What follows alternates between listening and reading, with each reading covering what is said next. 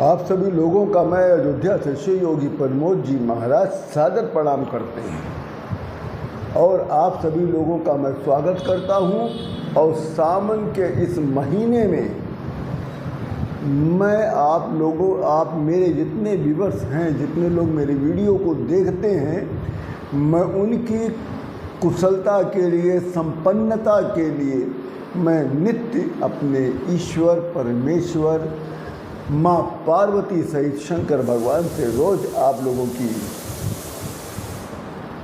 कुशलता के लिए, संपन्नता के लिए कामना किया करता हूँ। आज शिव महापुराण जी की कथा के क्रम में आज विदेश्वर संहिता का आज 22वां अध्याय है।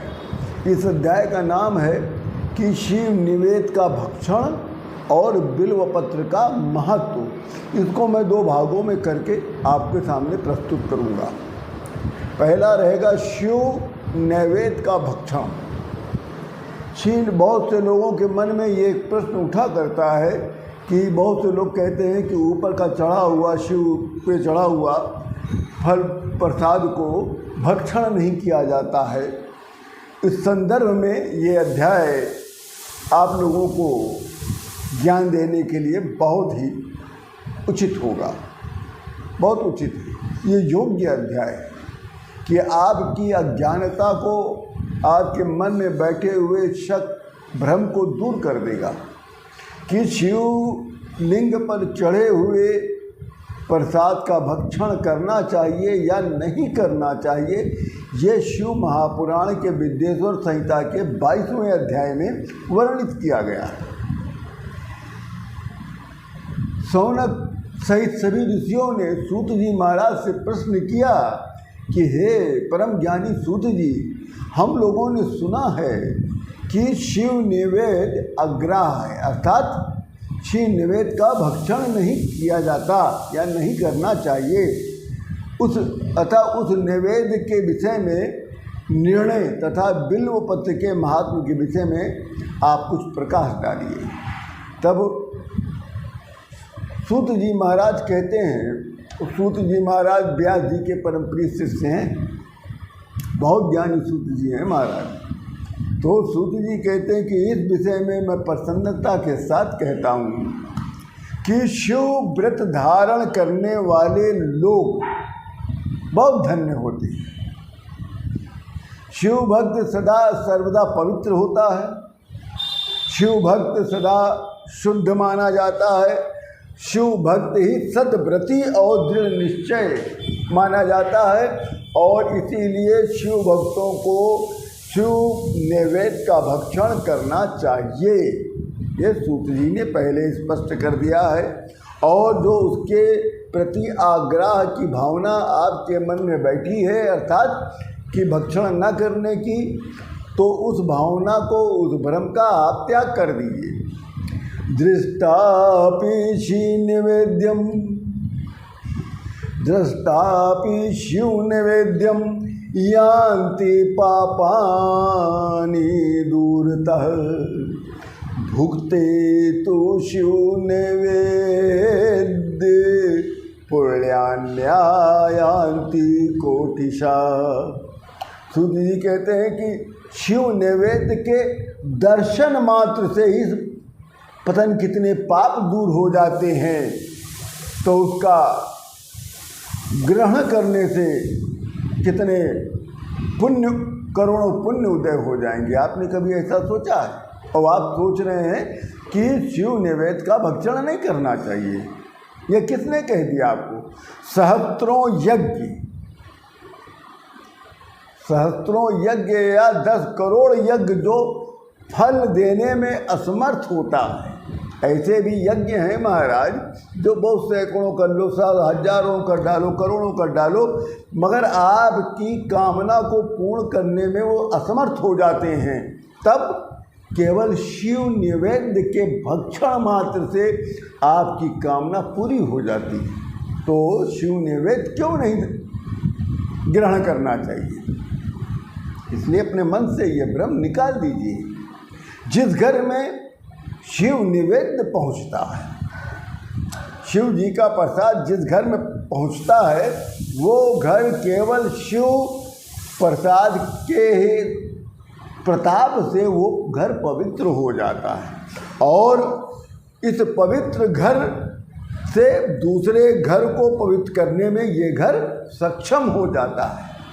मतलब एक घर में अगर प्रसाद पहुंच गया तो वो घर पवित्र हो जाता और यही घर अन्य घरों को पवित्र करने में सक्षम हो जाता है। शिव नैवेद्य को देखकर उसको सर्वप्रथम जैसे ही शिव नैवेद्य को देखें वैसे सबसे पहले आप उस शिव नैवेद्य को अपने मस्तक पर लगाएं। क्यों? क्योंकि उसका सम्मान करना आवश्यक हो जाता है और फिर उसके बाद प्रसन्नता पूर्वक उसका आप ग्रहण करें। कुछ लोग कहते हैं कि शिव नैवेद्य के कि इसको मैं जब से कभी कभी क्या होता है कि प्रसाद आता है तो कुछ लोग कहते हैं कि मैं इसको कुछ रख दो, कुछ समय बाद मैं इसको ग्रहण कर लूँगा। इसके विषय में शिव महापुराण कहता है विलंबे पाप संबंधो भवत वे ही मानवे। अर्थात कि ऐसा सोचना ऐसा कहना बहुत बड़ा पाप माना जाता है कि भी रख दो प्रसाद थोड़ी देर में खा लेंगे। कदापि ऐसा नहीं कहना चाहिए, ना ही ऐसा सोचना चाहिए। तत्काल बिना विलंब किए शिव प्रसाद को मस्तक पर लगाकर भक्षण करना चाहिए और ऐसा ही शिव प्रसाद के साथ नहीं अन्य प्रसादों के साथ भी करना चाहिए। नायस्य शिव नैवेद्य ग्रहणेच्छा प्रजायते सा पापिष्टो गरिष्ठा स्यान्न नरकम यत्यापि धुवन। जिस भी प्राणी को शिव नैवेद्य को ग्रहण करने की इच्छा नहीं होती है, जो प्राणी शिव नैवेद्य को ग्रहण करता नहीं है, उसके मन में इच्छा नहीं होती है, तो वो प्राणी बहुत बड़ा पापी महापापी कहा जाता है और वो उसको केवल नरक ही प्राप्त होता है, चाहे जितना पुण्य काम कर ले। अगर शिव नैवेद्य का ग्रहण नहीं किया है तो वो नरक को जाने जाना है। शिव दीक्षा से युक्त भक्त सभी लिंगों का शुभ नैवेद्य को महाप्रसाद समझकर भक्षण करना चाहिए। जैसा कि सभी देवताओं ने दीक्षा लिया है, शालिग्राम से उत्पन्न लिंग, रसलिंग, पाषाण लिंग, रजत और स्वर्ण लिंग तथा सभी प्रकार के लिंगों के नैवेद्यों का भक्षण कर चंद्रायण व्रत के समान फल को प्राप्त करना बताया गया है। इसलिए शिव महापुराण के अनुसार शिवलिंग पे चढ़े प्रसाद को अवश्य ग्रहण करना चाहिए। चलिए मैं ये दूसरा जो वीडियो डालने जा रहा हूँ मैं इसी में बताने जा रहा हूँ कि जो बिल्वपत्र का महत्व पूछा था शौनक जी ने सूत जी से, तो सूत जी कहते हैं कि महादेव स्वरूपो अस्य बिल्वो देवोरपि स्तुता यथा कथंचिदे तस्य महिमा ज्ञायते कथम। बिल्वपत्र जो होता है वो महादेव स्वरूप होता है। देवगण भी बिल्वपत्र की स्तुतियाँ करते हैं। सोच लिए जब देवता लोग बिल्वपत्र की स्तुति करते हैं तो इसकी महिमा कौन गा सकता है। समस्त लोग जितने भी तीर्थ स्थान हैं, समस्त लोकों में जितने भी तीर्थ स्थान हैं वो सभी तीर्थ स्थान बिल्व वृक्ष के मूल में निवास करते हैं महाराज। और जिसके घर में बेल का वृक्ष लगा है वो स्थान वो घर समस्त तीर्थ स्थानों से भी अधिक महत्व को रखता है, अधिक प्रभाव रखता है। जो भी प्राणी लिंगधारी शिव की पूजा करते हैं निश्चय ही वो कल्याण के भागी होते हैं। और जो भी बिल्व मूल में स्थित जल से अपने सिर पर अभिषेक करता है वो सभी तीर्थों में स्नान के फल को प्राप्त करता है। थाल में भरे हुए बिलपत्र को देखकर शंकर भगवान बहुत प्रसन्न होते हैं। जो भी व्यक्ति बिल्व के मूल की गंध को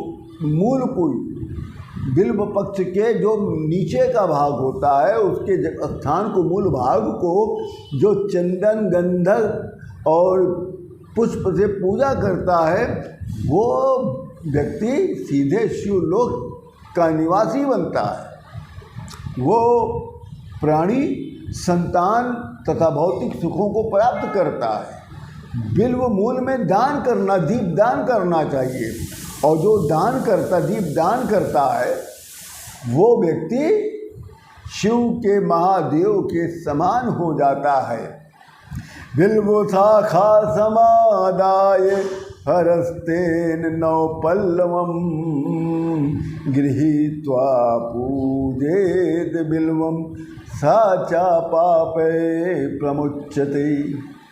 जो भी प्राणी बिल्व की शाखा को पकड़कर हाथ से नवीन बिल्व पत्र लेकर उस नवीन पल्लव से बिल्व वृक्ष का पूजन करता है वो प्राणी सभी पापों से मुक्त हो जाता है। और जो पुरुष बिल्व के मूल में एक शिव भक्त को भोजन कराता है वो करोड़ों मनुष्यों को भोजन कराने के बराबर फल की प्राप्ति करता है। और जो मनुष्य बिल्व के मूल में दूध घी से बनी सामग्री शिव भक्त को देता है वो किसी जन्म में दरिद्र नहीं होता है। ओम नमः शिवाय, ओम नमः शिवाय।